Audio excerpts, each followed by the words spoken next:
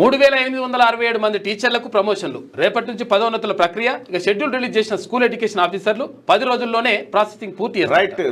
ఇక్కడ ఉపాధ్యాయుల పక్షాన రాష్ట్ర ప్రభుత్వానికి నేను ధన్యవాదాలు తెలియజేస్తా ఉన్నా. అలాగే అనేకమైన సమస్యలు మనం పరిశీలిస్తాం, వాటిని పరిష్కరిస్తామని చెప్పడం జరిగింది.